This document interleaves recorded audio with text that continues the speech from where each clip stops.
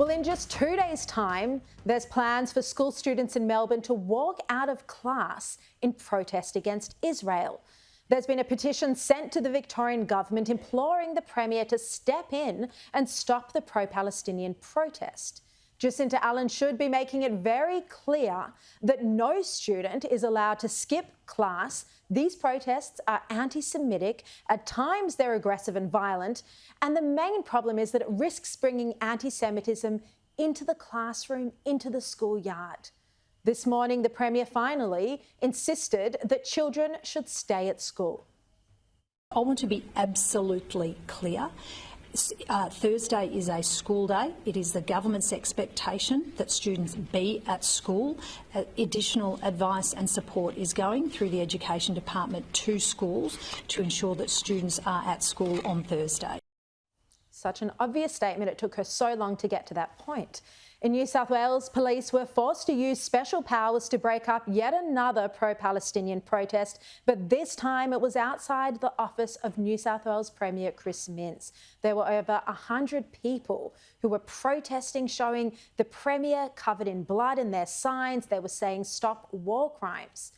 As you know, Chris Minns is the only Labor leader around Australia who has shown clear leadership in calling out anti-Semitism. He's introduced laws where they're necessary. He even toughened them up today to make it easier to charge people with racial vilification. He's been standing clearly with the Jewish community. He's been incredible. Joining me now, Paul Murray and Liz Storer. Hello, mate. Welcome to you both. Paul, look, it's one thing for children to leave school to go to climate change rallies, but rallies where they're going to bring anti-Semitism back in the classroom, because we know what is said at these protests. It's from the river to the sea. It's calling for the annihilation of Israel. This is unacceptable. I'm completely with you. The only problem is that it's already there because they're willing to go to the protest in the first place. Whether they feel greater solidarity because they see greater numbers than just 5, 10, 20, they see hundreds or thousands, means that it becomes deeper ingrained. One of my major issues with this particular protest is that there's a protest every Saturday. If they want to be associated with the issue, you can go every Saturday. The idea of trying to do it as some sort of standalone to try to make it a rolling series of protests, firstly, it dilutes the message. Secondly, they don't care what the Premier thinks. They don't care what we think. They don't care what the parents think. They don't care what the reality of the situation is. This is cause du jour. This is cause du jour because TikTok's told them that there's only one side of what's happening here. Everything just magically, nothing happened on October the 7th. It all happened on October the 8th. So it's a completely distorted worldview that they have. It's an unnuanced one, but it tells you everything about the modern virtue signalling and the modern showing off of your worldview, that rather than doing something that might inconvenience you, which is not playing sport but going to the rally on a Saturday, instead the thing that doesn't inconvenience you, which is to say, look at me while having the day off on a Thursday. Blow off something I don't enjoy anyway. Liz, Correct. Can I say, as a Jewish mother of children, all of us Jewish parents are doing everything we can to protect our children from the anti-Semitism that's exploding all around us on the streets. Absolutely. The idea that fellow students in Melbourne are going to go to a protest like this, be further, what's the word? Be further radicalised against Israel, be chanting these things, bring it back to the classroom. You know, a lot of Jewish students are at public schools. Absolutely. This is terrifying. Absolutely, and it's well within the Premier's remit to simply forbid it.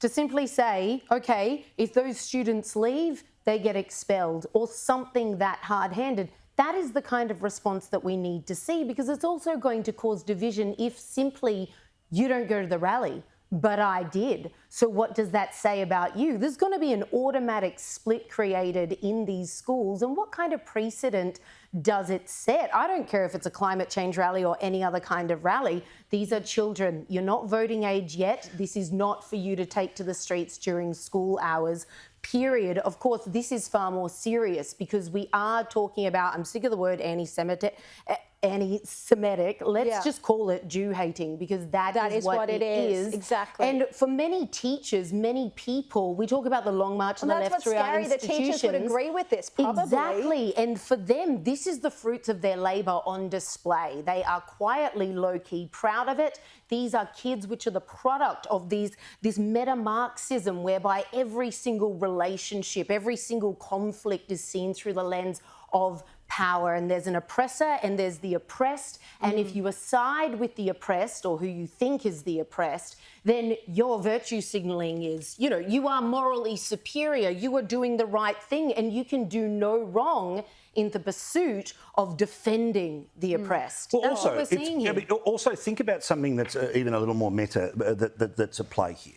There's one political party that believes that the age to which you qualify to vote should be dropped to 16, and that's the Greens. Yes. I guarantee you tomorrow that in amongst the Palestinian flags, in amongst some of the distasteful signs, are going to be signs for a political party that this is all about trying to get them to sign up to their worldview, or to say, we're down with it with your worldview, and in our world, we'd give you the vote at 16.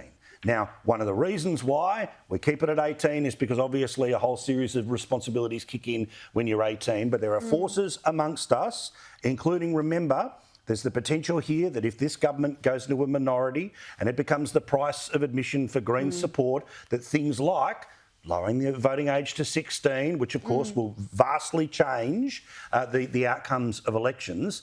This is all part of their long march through the Australian democracy, 100%. and they're using kids to do it, and the kids are more than happy to go with it because these are the adults that are reinforcing their stupid worldviews. Liz, on another topic, Greg Sheridan wrote quite an interesting, provocative piece in the Australian newspaper today. He's basically saying that we need to have more babies. Australians should be having more babies and fewer immigrants, is what his argument is. He says that every individual has the right to make their own decision about having children. No one should be criticised, but these choices are made in the face of coercive feminist and green ideology that depicts children as enemies of self-fulfilment and destroyers of the planet. Wow. In an atmosphere where the entire Western not wrong. project No. is demonised. What do you think about this, Liz? He's absolutely hitting the nail on the head here. This is how the West ceases to be the West. Just 50 years ago, let's take London, for example, far older than us, but it used to be 86% white British. Now it is just 36% in just 50 years, just 5 decades. Like, that is hair-raising, and we are seeing it happen across the West, not just because of this mass migration that we're seeing, some of it legal, some of it not so much. But we are seeing what I call invasion by design, whether it's across the southern border in America or across the channel into the UK, costing taxpayers a heck of a lot of money. But here in Australia, we import from overseas because our fertility rate is so low, and obviously we need more people. Howard and Costello, they should have kept that baby bonus. Whoever ditched that has got serious things to answer for. Countries like Hungary, they take this extremely seriously because they want to stay hungry. And so every child you have, up to 4 kids, a woman gets 25% less tax. And so if you have 4 kids or more, just want to get you to never another story have to with you, tax Paul. another thing Well, I'm in just your going to say, entire life. let me save you from the censors. Obviously, keeping Australia is not keeping Australia white. No. Obviously, anyone, as long as they share our values, Exactly. whatever the I don't reaction believe I is. said that. I said, if you're here, we want you to have more babies, No. as opposed to importing them. That's what Greg's saying. I'm saying for those that will half That are hear, gonna- run off to the principal and misinterpret what you were saying, particularly about Europe, but what you're saying, I'm completely with, right? Which is we want more little Australians. We want them to be able to have, most people to be able to not just have 2, but have 3, because then you're not just replacing, you're adding. I'm with you. Paul, I want to just quickly get to you before we run out of time to another topic. Our new sole chairman of News Corp, Lachlan Murdoch, one of the first things he's done is to travel to Kiev. He's met with Vladimir Zelensky, as you can see. There was also Fox News correspondent Benjamin Hall. We've had him on this program. Amazing guy, beautiful family. He nearly died in Ukraine covering the war. This is an incredible show of support from the very top of our company, and it comes after Lachlan Murdoch at the AGM last week also expressed support for Israel, and he spoke out against the despicable rise in anti-Semitism. Absolutely. Also, the visibility of reminding people about this conflict that's taking place as we speak. For obvious reasons, you see this all the time, where it'll go wall-to-wall coverage for the first 2 weeks of anything, and then slowly but surely it starts to move away. For obvious reasons, over the past few weeks, the attention of conflict is about the Middle East, while this conflict is absolutely still active. Fox News going all in with a special tomorrow, I think that'll be airing here in Australia, with Brett Baer interviewing the President. Good stuff.